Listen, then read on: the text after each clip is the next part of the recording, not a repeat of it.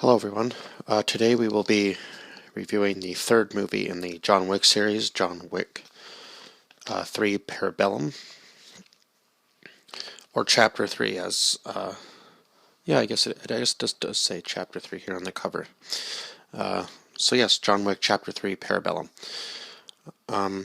So this movie starts off right where the second one finished, with John Wick having just under an hour now to basically before he becomes excommunicado, under the order of Winston from the second movie, because at the end of the second movie, that's what Winston told him that he was, due to the fact that he assassinated Santino on the Continental grounds.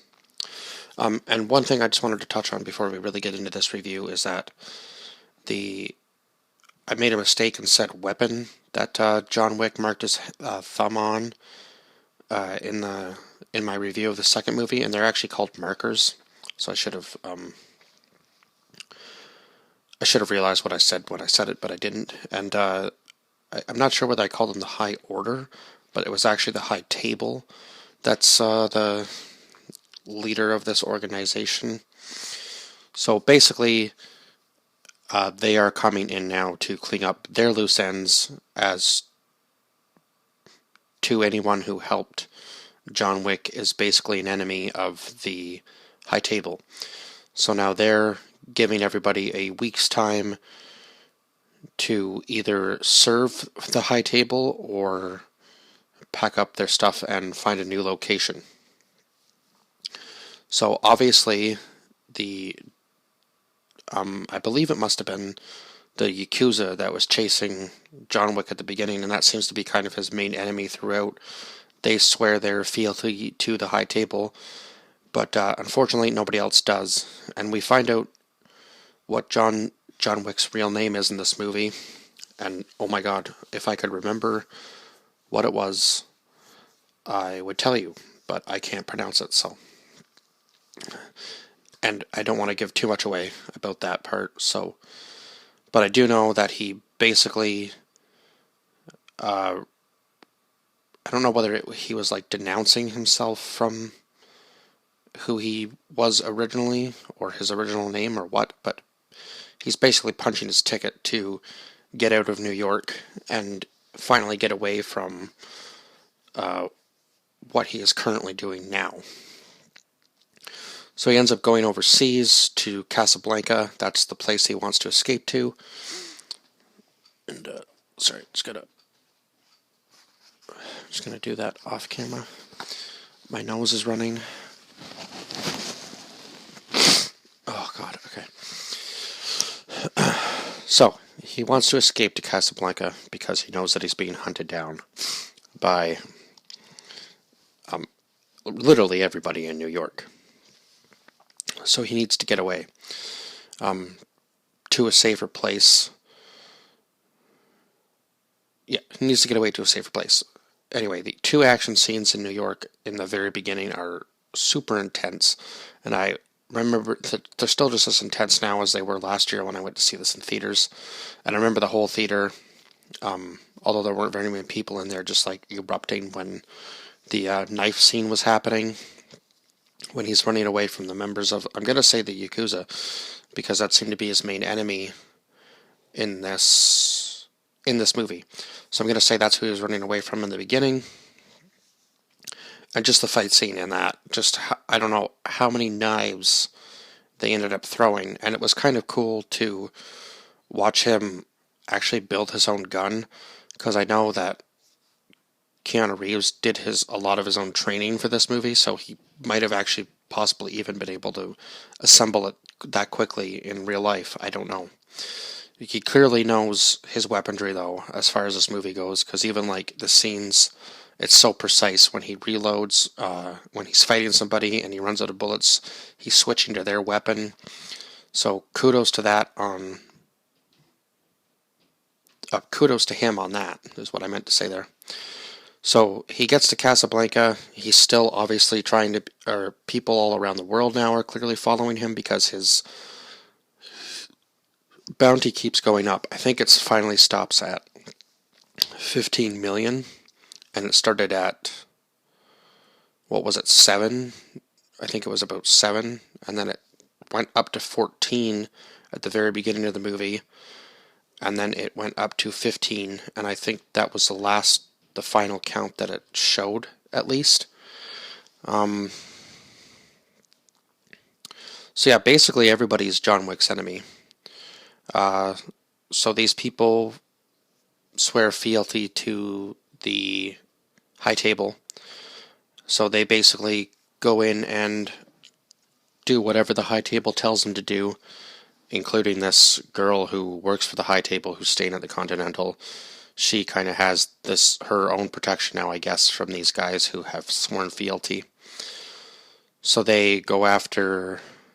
Who did they go after first? They went after the people that helped John Wick get into Casablanca, and then they go after the Dowry King.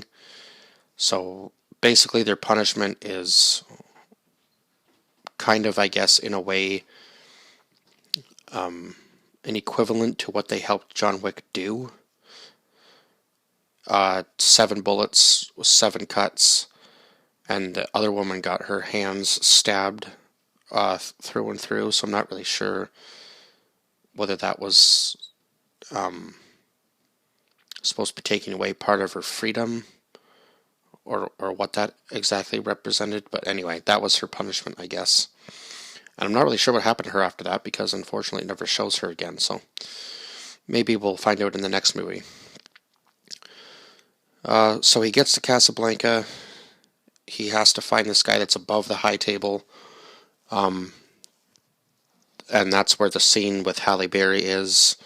And why can't I think of her name? Was it Selena? I think it was Selena. I just want to double check that, though, because... anyway, when he runs into her, obviously she is a person from his past again. And I believe she lost her daughter, or she isn't able to see her daughter. I think that was the thing there. I don't know. I kind of zoned out during that scene for some reason. And I'm not really sure why. But, oh, Sophia. Why did I think it was Selena? It's Sophia. So I'm glad I checked that. So, Sophia is obviously a woman from his past. Like I said, and I believe it was her daughter that she lost or can't see. I'm not 100% sure on that, so if I'm wrong on that, I'm sorry. But anyhow, she ends up helping him out to get him to this guy that is above the High Table. But not before there's this huge battle scene between basically the guy that they go to see and all of his men, because he wants her dog in return for helping John Wick, and she won't give him the dog, so he shoots it. Luckily, the dog was wearing armor, so the dog doesn't end up dying. And these attack dogs are like nuts, because that scene was just crazy between Halle Berry and Keanu Reeves and the dogs. It was just so fast-paced that you couldn't even keep up with it half the time. But that was one of the better scenes in the movie, action-wise as well. I mean, this movie was probably more action than the other two combined in one movie. I think just because they're trying to outdo one another as far as the action sequences go. So, even the scene at the end when John Wick finally makes it back to the Continental, and then the Continental is... What was the word they used? Decommissioned? No. Anyway, the assassins can now carry out... I can't remember the word. It's kind of making me a little upset that I can't remember that word, but that she used. It wasn't decommissioned, I know that. If I can think of it, I'll say it. But anyhow, so now, because of what the girl from the High Table has done, business can now be carried out at the Continental. So now the people that are working for her come in, and they bring in their own people from the High Table, as well as these people that have sworn fealty. So there's this huge gun battle scene inside the Continental, and then he goes on after John Wick's wiped all of them out with the help of, I guess, the guy at the desk of the Continental that always checks everybody in, helps John Wick out, and then Winston ends up betraying John to get the Continental back in his power, and basically swears fealty to the High Table again, even after basically saying that he was going to go into war with the High Table, which I found kind of funny. So he betrays John Wick, so he believes he's killed him, I think, because the fall was pretty insane. He hits a roof and then part of a staircase. I'm not sure. I think he hits something else on the way down too, and then lands on the ground. So he's definitely not in good condition. I don't know how he lived through that, but I guess maybe because they were thinking this was going to be the last movie, and then they changed their minds. I'm not really sure how they wrote that. Seems odd that they would have still done that if they were going to make 2 more movies. But anyhow, I guess we'll see what happens, because at the end of the movie, John Wick gets dumped in front of the Bowery King, and I guess that's who he's going to be working with, obviously, in the 4th movie. So the underground can take over the High Table, probably, is what's going to happen. That's just my prediction for the 4th movie.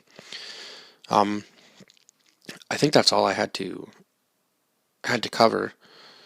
But from the scene from the place with the Yakuza fight, and then the scene where he literally just goes from like place to place at the beginning of the movie. He gets hit by 2 cars, and then he's fighting these other group of guys, and he hits the horses to kick them. Like, the action scenes were just fabulous in this movie. And quite intense at certain times too, because you didn't really know if he was going to make it in this movie or not. It got a little hairy at John for certain times, and he did have to end up cutting off his ring finger. So I guess he's leaving his wife behind completely, and he's 100% back in the game now. So we'll see how the next 2 movies go. And yeah, definitely 10 out of 10 for this one, just like the other 2 previous films. And that's all I have to say for this film. So please like, share, and subscribe. I'm just still trying to get that down. And comment your thoughts on this film below if you've seen it. If not, definitely go view this one. And I will see you guys in the next one. Bye-bye for now.